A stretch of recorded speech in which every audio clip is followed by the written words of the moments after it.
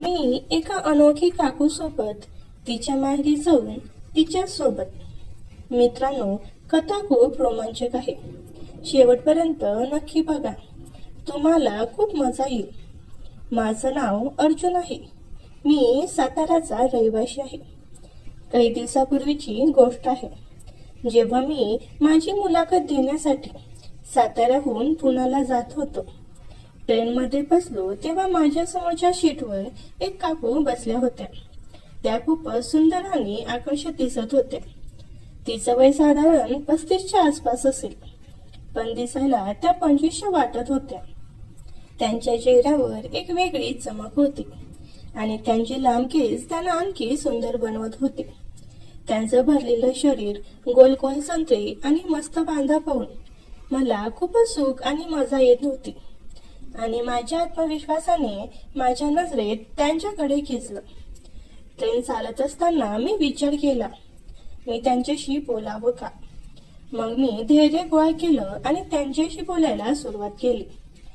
काकूने हसत मुखाने उत्तर दिलं, तू कुठे जात आहेस? मी सांगितलं की मी पुण्याला शिवाजीनगरला जात आहे. इथे माझी एक मुलाखत आहे. हे ऐकून त्या म्हणाल्या, अच्छा, मी पण पुण्याची आहे. साताऱ्याला माझ्या नवऱ्याला भेटायला आले होते. मग मी त्यांचं नाव विचारलं. तेव्हा काकूने त्यांचं नाव आशा सांगितलं. मी म्हणालो, अच्छा, तू पुण्यात कुठे राहतेस? त्या म्हणाल्या, मी पण शिवाजीनगरला राहते. आम्हाला एकमेकांशी बोलताना छान वाटू लागलं. काकूच्या बोलण्याने मला त्यांचं व्यक्तिमत्व आणखी आवडू लागलं. ट्रेनच्या प्रवासात आम्ही आमच्या आयुष्याविषयी बरंच काही शेअर केलं. मी सांगितलं की माझी मुलाखत एका ऑटोमोबाईल कंपनीत आहे आणि काकूने मला प्रोत्साहन दिलं. काकूंशी इकडे तिकडच्या गप्पा चालू होत्या. मी सगळ्या प्रवासात त्यांनाच पाहत होतो. त्या खूपच मस्त माल दिसत होत्या. कदाचित काकूंनीही हे लक्षात घेतलं असावं, पण त्यांनी मला काहीच बोलल्या नाही. रात्री साधारण 11 वाजले होते. जेव्हा ट्रेन शिवाजीनगर स्टेशनवर थांबली तेव्हा मी आणि आशा काकू दोघेही ट्रेनमधून बाहेर पडलो. काकूंची बॅग खूप जड होती, म्हणून मी त्यांना मदत करण्यासाठी म्हणालो, काकू, मी तुमची बॅग उचलतो. त्याने मला विनम्रपणे धन्यवाद दिले आणि आम्ही दोघे स्टेशन बाहेर आलो. शिवाजीनगरमध्ये रात्र गडद होत होती आणि आजूबाजूला फारशी माणसं दिसत नव्हती. स्टेशन बाहेर पोहोचल्यावर काकूने मला विचारलं, आता रात्री कुठे थांबणार आहेस? मी विचार केला की कदाचित हॉटेल शोधावं लागेल, पण काकू म्हणाल्या, जर तुला काही हरकत नसेल तर तू आमच्या घरी येऊ शकतोस. घर जवळच आहे आणि तू माझी मदतही केली आहेस. मला रात्री बॅग उचलायला त्रास होत होता. मी थोडा विचार केला आणि मग होकार दिला. रात्र खूप झाली होती आणि मला हॉटेल शोधण्यापेक्षा काकूंच्या घरी जाणं जास्त योग्य वाटले. आम्ही दोघे रेल्वे रो ओलांडून काकूंच्या घराकडे निघालो. चालता चालता मी काकूंना विचारलं, तुमचं घर किती दूर आहे? काकू हसत म्हणाल्या, फक्त थोडं दूर पुढे आणि तू पाहशील, माझ्या घराचं वातावरण खूप छान आहे. त्यांच्या बोलण्याने मला दिलासा मिळाला आणि मी विचार केला की कदाचित एका नवीन मैत्रीची सुरुवात असू शकते. जेव्हा आम्ही त्यांच्या घरी पोहोचलो तेव्हा काकूने दार उघडलं आणि मला आत यायला सांगितलं.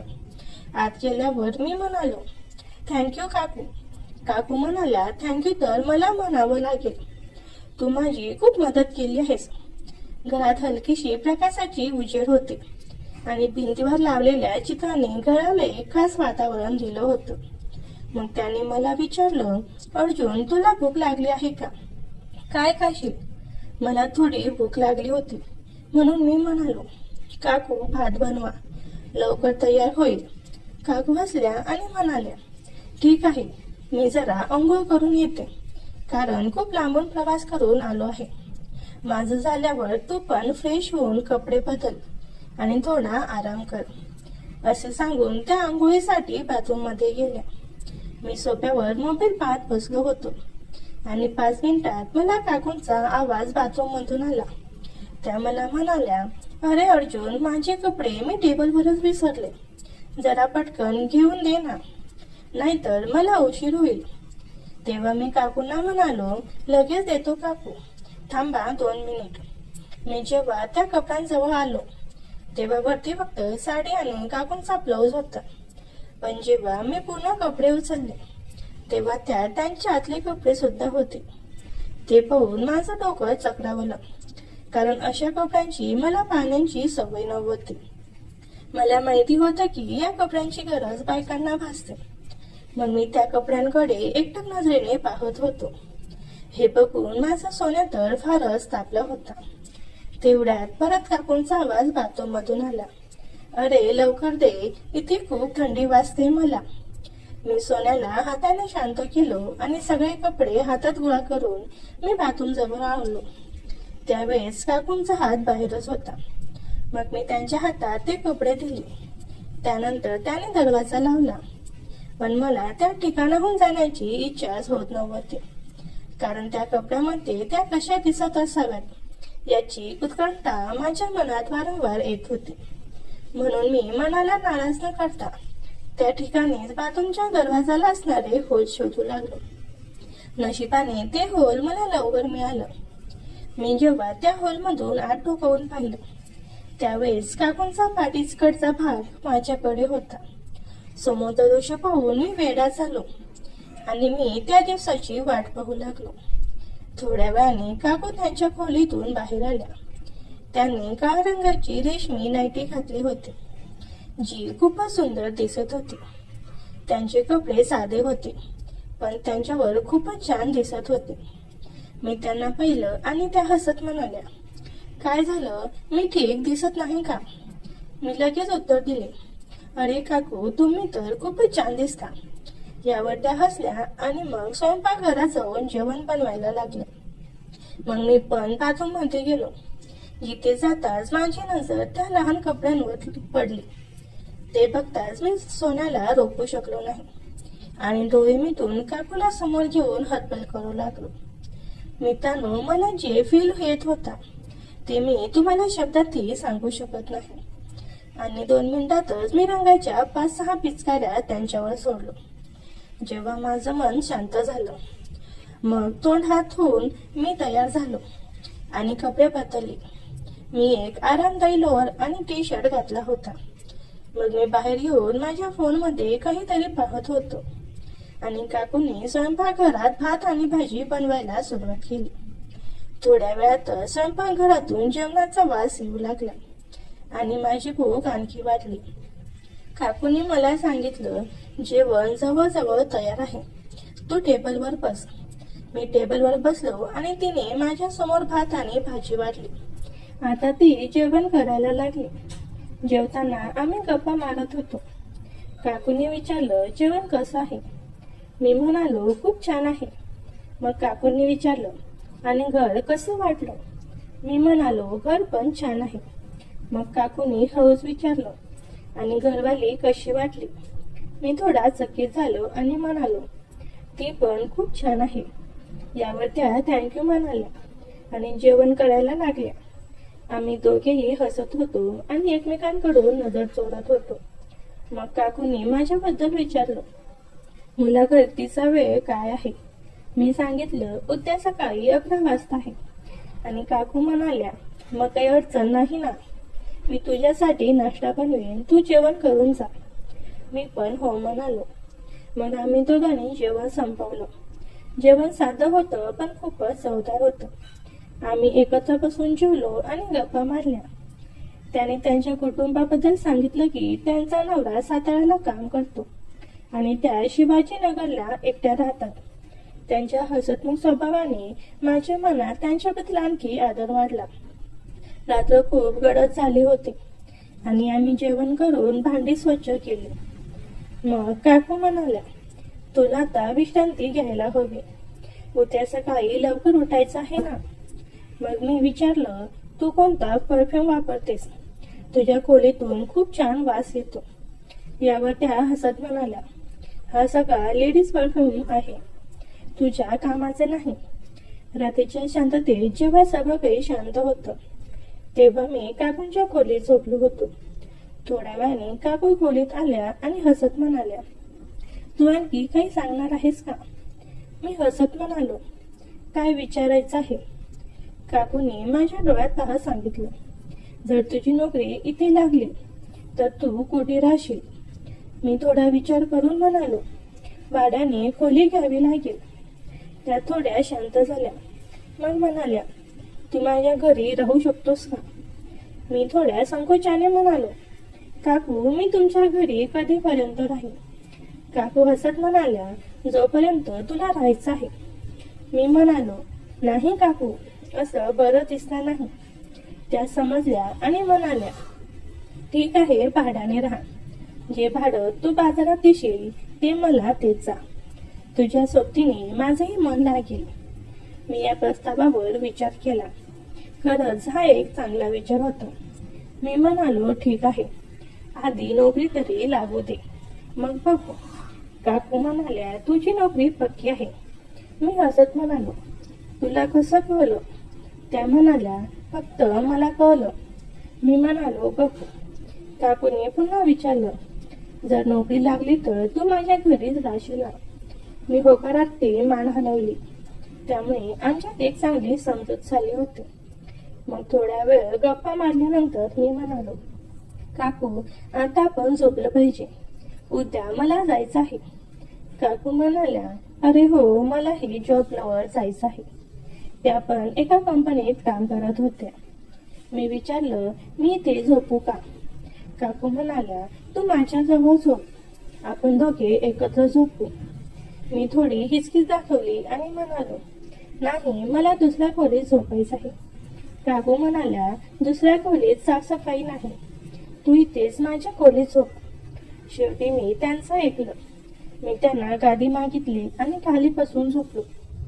काकू म्हणाल्या, हा, माझ्या बेडवर माझ्यासोबत झोप. मी नकार दिला, पण काकूने जास्त काही बोलले नाही. त्या मला खांदा देऊन बेडवर झोपल्या आणि मी खाली झोपण्याचा निर्णय घेतला. हळूहळू खोलीचं वातावरण शांत झालं.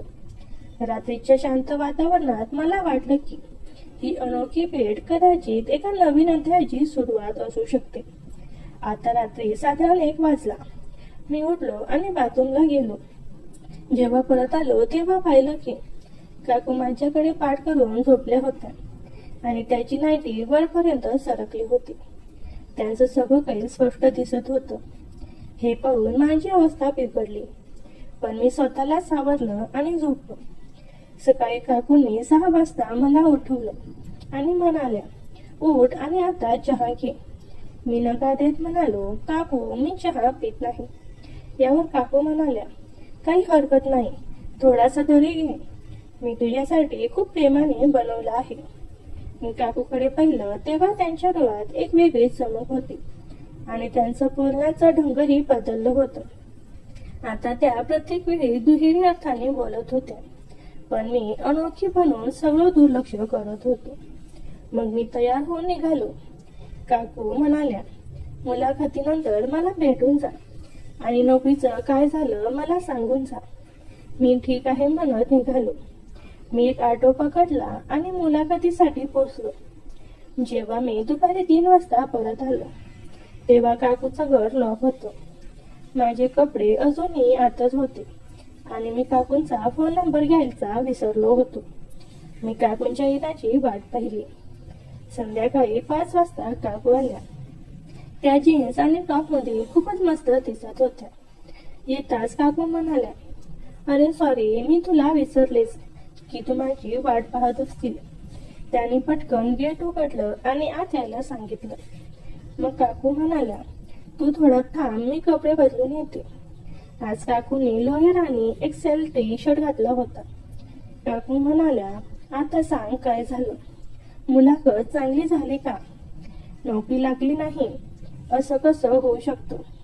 त्याने तुला नकार कसा देऊ शकतात? असं वाटत होतं की जणू त्यांना त्याचा खूप दुःख झाला आहे. मी काकूंना सांगितलं की अशी काही गोष्ट नाही, माझी नोकरी लागली आहे आणि मला 3 दिवसांनी जॉईनिंग करायची आहे. यावर काकू नाराज होऊन म्हणाल्या, अजून मला परत गावाला जायचं आहे. माझ्या आईची तब्येत खराब झाली आहे. तो थोडे दिवस माझ्या घरात राहू शकतो. त्याला तू आपलाच घर समज. मी लवकर परत येते. हे ऐकून मी पण खुश झालो, कारण मला पण गावावरून माझे कपडे आणायचे होते. मग मी काकूंना म्हणालो, मला पण तुमच्यासोबत गावाला यायचं आहे. माझ्याकडे पुरेसे कपडे नाहीत. मी माझ्या घरी जाऊन कुटुंबाला भेटेन आणि काही कपडे आणि गरजेचं सामान घेऊन येईन. यावर काकूंनी आशेने भरलेल्या नजरेने विचारलं, पण तू माझ्यासोबत परत येशील ना? त्यांच्या डोळ्यातून स्पष्ट दिसत होतं की माझ्याशिवाय त्यांचं मन लागत नव्हतं. मी काकूंना सांगितलं, काकू मी नक्की येईन. मग काकू थोड्या खुश झाल्या आणि म्हणाल्या, एक काम करू, आमच्याकडे कार आहे. मला चालवता येत नाही. तुला येत असेल तर आपण कारने सोबत जाऊ. पहिले आमच्या घरी जाऊ, मग तुझ्या घरी पण.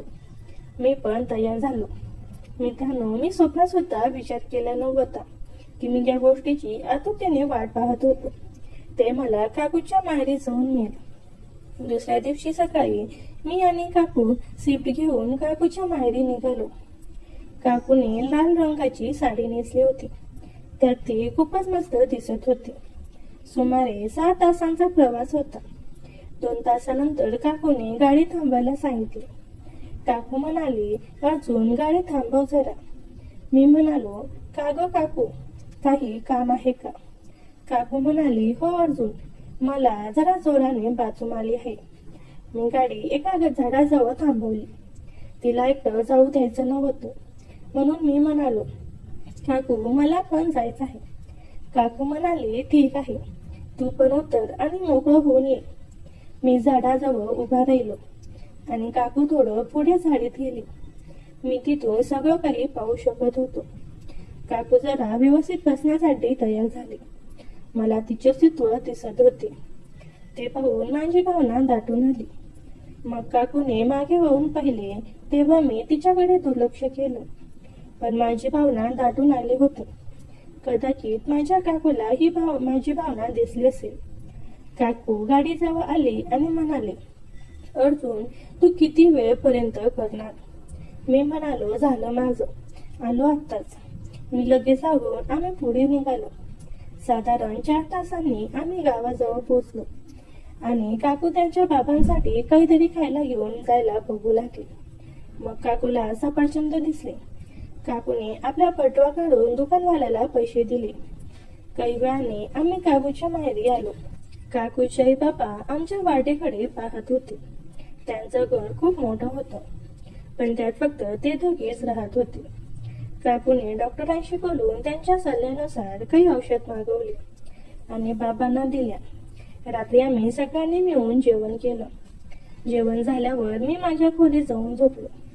सकाळी उठलो आणि बाथरूमकडे गेलो, पण दरवाजा आतून बंद होता. मी आवाज दिला. मी म्हणालो, कोण आहे आत? तर आतून काकू म्हणाली, अर्जुन मी आहे, थोडं थांब, 2 मिनिटात येते. थोड्या वेळाने काकू टावेल गुंडाळून बाहेर आली. काकूने टावेल घेतला होता, जो फक्त गुडघ्यापर्यंत येत होता. ती बाहेर येताना थोडी घाईत होती, त्यामुळे अचानक माझ्याशी हलकीशी धडक झाली आणि टावेल थोडासा निसटला. काकूने पटकन टावेल सावरला आणि स्वतःला व्यवस्थित केलं. मी म्हणालो, ओ सॉरी काकू. काकू हसून म्हणाली, काही नाही रे अर्जुन, जाऊ दे. असं म्हणत ती हसतच आपल्या खोलीत निघून गेली. मी इकडे बाथरूममध्ये शिरलो. मी आत गेलो तर मला दिसले की काकूंच्या व्यक्तिमत्वाचे कवर पडलेले होते. माझ्या थोडी थंडी होती, म्हणून मी त्याला माझ्या भावने भोवती गुंडाळले आणि त्याने पुसू लागलो. काकूला आठवण करून मी हातबल केले आणि सर्व रंग त्या कवरच्या वर टाकले. मग मी अंघोळ करून बाहेर आलो आणि नाश्ता करून घराच्या बाहेर बसलो. थोड्या वेळाने काकूही आली आणि माझ्यासोबत बसून गप्पा मारू लागली. काकू म्हणाली, अर्जुन नानीच्या घरी येऊन कसं वाटलं? मी म्हणालो, काकू नानाचं घर तर खूप मस्त आहे. काकू म्हणाली, अर्जुन आपलं एक फार्म हाऊसही आहे. इथून फक्त अर्धा किलोमीटर अंतरावर आहे. घराच्या मागच्या बाजूनेच तिकडे जाण्याचा रस्ता आहे. नानाचं घर गावापासून थोडंसं दूर मोकळ्या जागेत होतं. आसपास काही घरे होती, पण तीही थोडी दूर दूर होती. मी म्हणालो, काकू आपण तिकडे फिरायला जाऊया का? मला पण पाहायचं आहे. काकू म्हणाली, ठीक आहे अर्जुन, मी आईला सांगून येते. काही मिनिटातच मी काकूसोबत त्यांच्या फार्म हाऊसवर पोहोचलो. काकूने काळ्या रंगाची साडी नेसली होती. मी म्हणालो, फार्मवर कोणी नाही का? कुणीच दिसत नाही. काकू म्हणाली, हो अर्जुन, आता उन्हाळा असल्यामुळे फार्म बंद आहे. सध्या कुठलीही पीक नाहीत, त्यामुळे मजूरही नाहीत. आम्ही दोघं फार्म हाऊसच्या आत शिरलो. तिथे छोटं घर होतं. खूप छान दिसत होतं. मग आम्ही घराच्या छतावर गेलो. तिथून मी पाहिलं तर जवळच एक छोटंसं तळ होतं. त्याचं पाणी अगदी स्वच्छ होतं. मी ते काकूलाही दाखवलं. मी म्हणालो, काकू ते तळ किती मस्त आहे ना. माझं तर अंघोळ करण्याचं मन होतंय. आपण तिकडे जाऊया का? काकू म्हणाली, अर्जुन, मन तर माझंही होतंय. काकू थोडीशी चिंताग्रस्त वाटली आणि म्हणाली, पण आपण कपडे आणले नाहीत. मी म्हणालो, अगं काकू, खाली रूम मध्ये कदाचित काही टॉवेल्स असतील, मी आणतो. काकू थोडी संकोचली आणि म्हणाली, पण फक्त टॉवेल मध्ये. मी हसत म्हणालो, अगं काकू, आपण दोघंच आहोत तिथे, दुसरं कोणी नाही. लाजण्यासारखं काही नाही. आणि मी तुला आधीही टॉवेल मध्ये पाहिलं आहे. काकूने थोडा विचार केला आणि म्हणाली, ठीक आहे, जाऊया. मग आम्ही दोघं तलावाच्या काठीशी पोहोचलो. मी टॉवेल लपेटून तलावात परतलो आणि पाण्यात जाऊन आनंद घेत होतो. मग मी काकूकडे बघत म्हणालो, काकू तू पण ये ना, खूप मजा येते. काकू थोडा वेळ विचार करत होती. नंतर ती मोकळी झाली आणि तलावाकडे आली. काकू पाण्यात उतरली आणि काही क्षण शांतपणे उभी राहिली. नंतर तिने हळूच माझ्याकडे फिरवली आणि ओलसर कपडे अलगद बाजूला ठेवले. थोड्याच वेळात ती पाण्यात अधिक मोकळीपणाने बुडू लागली. माझी अवस्था वाईट होती.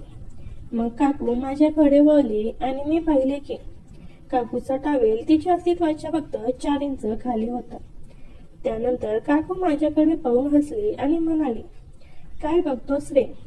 मी सहजपणे म्हणालो, काकू तू खूप सुंदर दिसतेस. मी हलकस हसली आणि म्हणाली, थँक्स अर्जुन.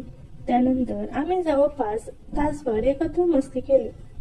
त्या दरम्यान मलाही अनेक वेळा काकूच्या व्यक्तिमत्वाला अनुभवता आले.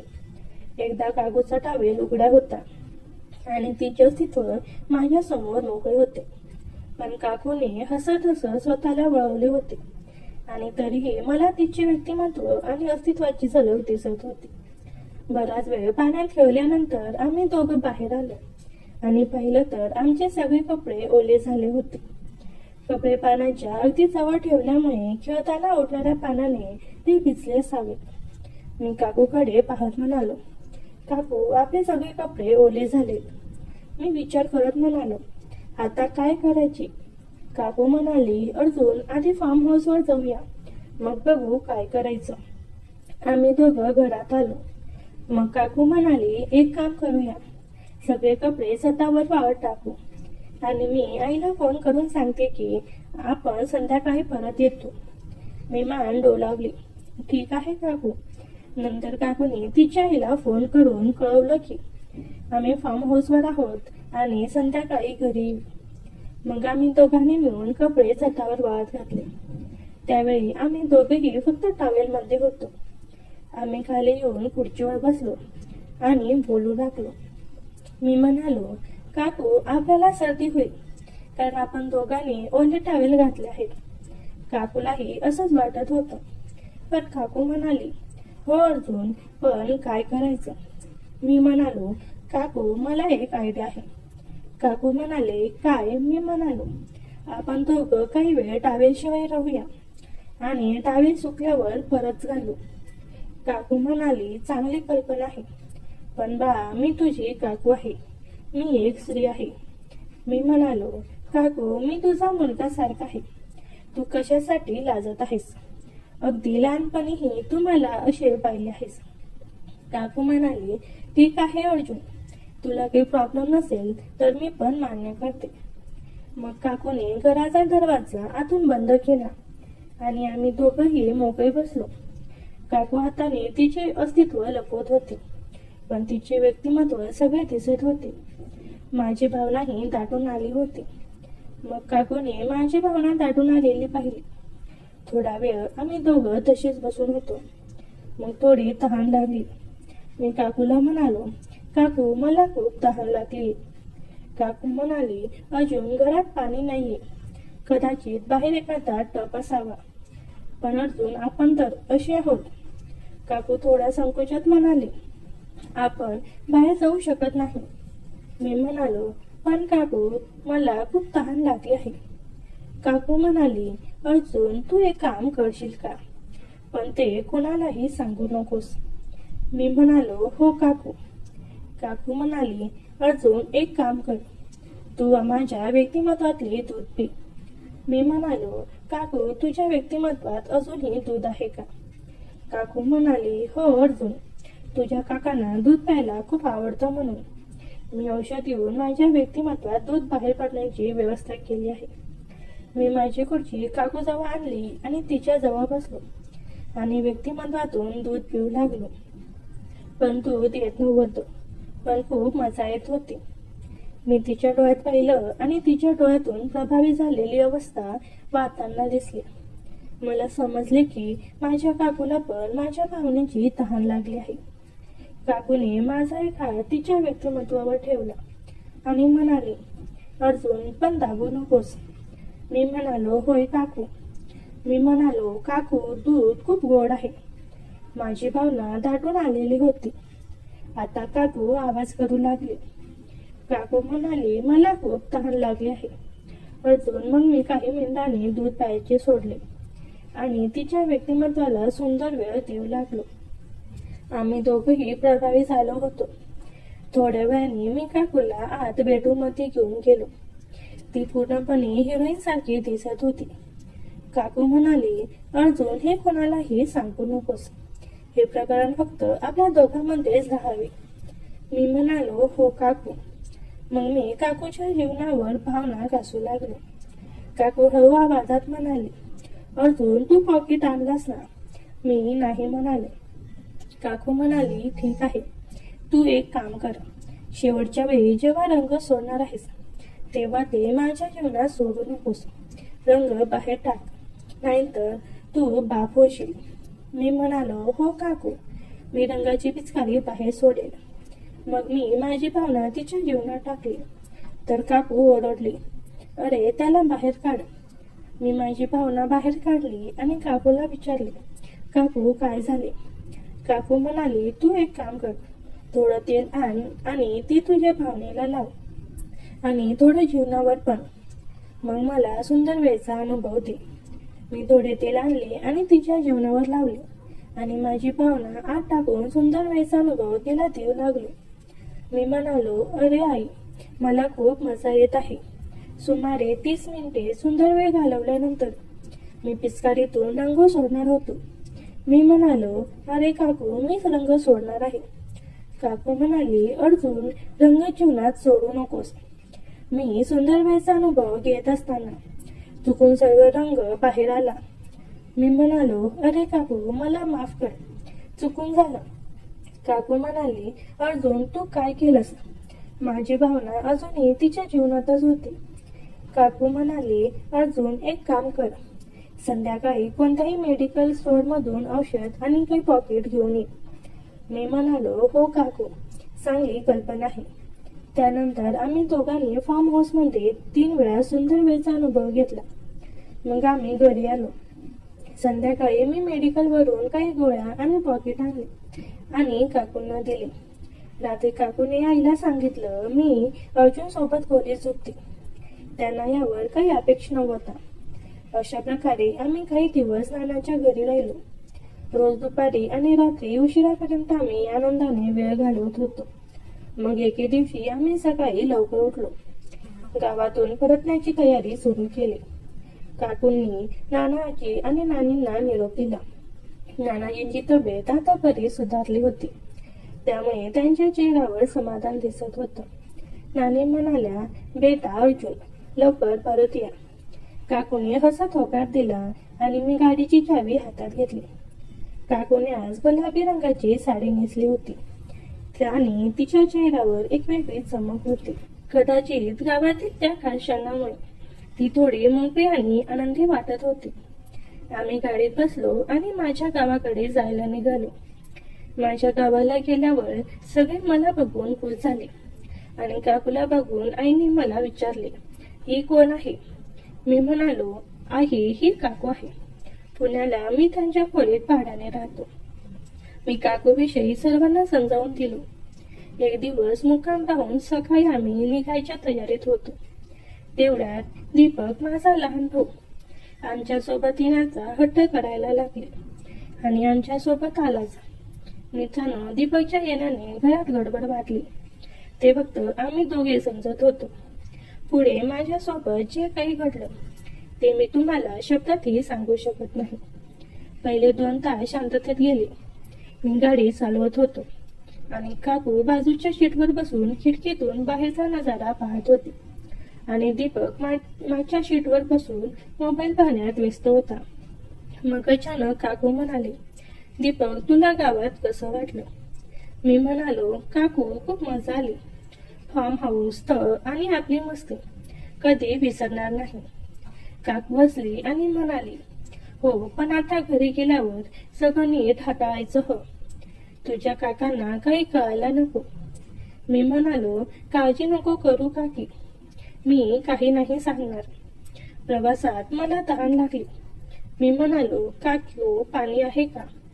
काकूने बॅग उघडली आणि पाण्याची बॉटल काढली, पण ती पाहून हसत म्हणाली, अर्जुन, आता तुला पाणीच हवंय ना? फार्म हाऊस सारखं नाहीये ना इथे? मी लाजलो आणि फक्त पाणी घेऊन प्यायलो. काकू मला चिडवत होती, पण तिच्या डोळ्यात एक खड्डा चमक होती. 5-6 तासांनी आम्ही घरी पोहोचलो. मी गाडी पार्क केली आणि सामान आत आणलं. काकूने स्वयंपाकघरात जाऊन चहा बनवायला सुरुवात केली. रात्री जेवण झाल्यावर मी माझ्या रूममध्ये गेलो, पण मनात गावातील त्या क्षणांची आठवण येत होती. काकू ही थोड्या वेळाने माझ्या रूममध्ये आली. तिने नाईटी घातली होती आणि हातात एक ग्लास दूध घेऊन आली होती. काकू म्हणाली, अर्जुन, हे घे दूध, प्रवाशाने थकला असतील. मी म्हणालो, काकू, तू का आणलं? मी स्वतः घ्यायला आलो असतो. काकू हसत म्हणाली, काही नाही, मला तुझी काळजी वाटली. ती माझ्या शेजारी बसली आणि म्हणाली, पण नीट लक्ष ठेव हो, ते गोष्टी कोणाला सांगू नको. मी दूध प्यालो आणि काकूला म्हणालो, काकू, तू पण झोप आता, उद्या सकाळी लवकर उठायचं. काकू माझ्या कपाळावर हात फिरून गेली. तिच्या स्पर्शाने मला पुन्हा फार्म हाऊसची आठवण झाली, पण मी भानावर नियंत्रण ठेवलं. मग सकाळी मी कामाला निघालो, पण माझं कुठेच मन लागत नव्हतं. सारखं काकूंबद्दल विचार करत होतो. कसा बसा दिवस काढून घरी परतलो तेव्हा काकू स्वयंपाक करत होती. तिने आमच्यासाठी गरमागरम जेवण बनवलं होतं. पनीरची भाजी, भात आणि चपाती. जेवताना मी काकूला म्हणाले, काकू, दीपकला पण आता काही जॉब मिळायला हवं. तो घरी किती दिवस बसून राहणार आहे? काकू म्हणाली, हो ठीक आहे, पण त्याचा अभ्यासही चालू ठेवू द्या. तेवढ्या दीपक म्हणाला, हो काकू, मी दोन्ही सांभाळेन. रात्री दीपक लवकर झोपला, कारण आम्ही थकलेलो होतो. मी आणि काकू हॉलमध्ये बसून टीव्ही पाहत होतो.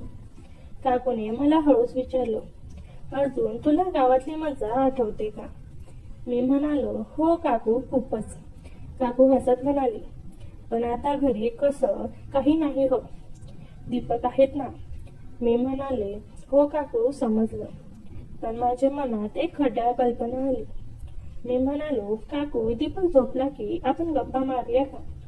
काकू म्हणाली, ठीक आहे, पण फक्त गप्पा हं. रात्री 11 वाजता दीपक आत झोपेत होता. मी काकू टेरेसवर गेलो. तेथे थंड हवा सुटली होती. काकूने मला जवळ घेतलं आणि म्हणाले, अर्जुन, तुला माझी खूप काळजी वाटते ना? मी म्हणालो, हो काकू, तू माझ्यासाठी खूप खास आहेस. काकू म्हणाली, अर्जुन, मी पण तुझ्यावर खूप प्रेम करते. गावात जे झालं ते तिथेच ठेवूया. मी मान डोलावली, पण मनात एक वेगळी जाग होती. काकूने मला मिठी मारली आणि आम्ही खाली आलो. त्या रात्री मी स्वप्नात पुन्हा फार्म हाऊस पाहिलं, पण ते स्वप्नच राहिलं. मित्रांनो, एक दिवस जेव्हा मी कामावरून घरी आलो, तेव्हा मला आमच्या ओठ्यावर एक पॉकेट पडलेला दिसला. मी ते उचलून पाहिलं तर मी दंगच राहिलो आणि विचार करू लागलो की काकू आणि दीपक दोघेच घरी आहे. नेमकं हे पॉकेट इथे कसे काय आले आणि याचा वापर कोण करत आहे? मला काहीतरी गोंधळ वाटलं, म्हणून मी खिडकीतून आतमध्ये डोकावून पाहिलं. तर मित्रांनो, समोरचं दृश्य पाहून माझी पायाखालची जमीनच सरकली. त्या दिवशी नेमकं काय घडलं हे जाणून घ्यायचं असेल तर आपल्या नवीन चॅनल BM मराठी कथा या चॅनलवर पुढचा भाग 2 मध्ये लगेच पाठवणार आहे. त्यासाठी नवीन चॅनलला सबस्क्राईब करा. पुढे कथा खूप रोमॅन्टिक आहे.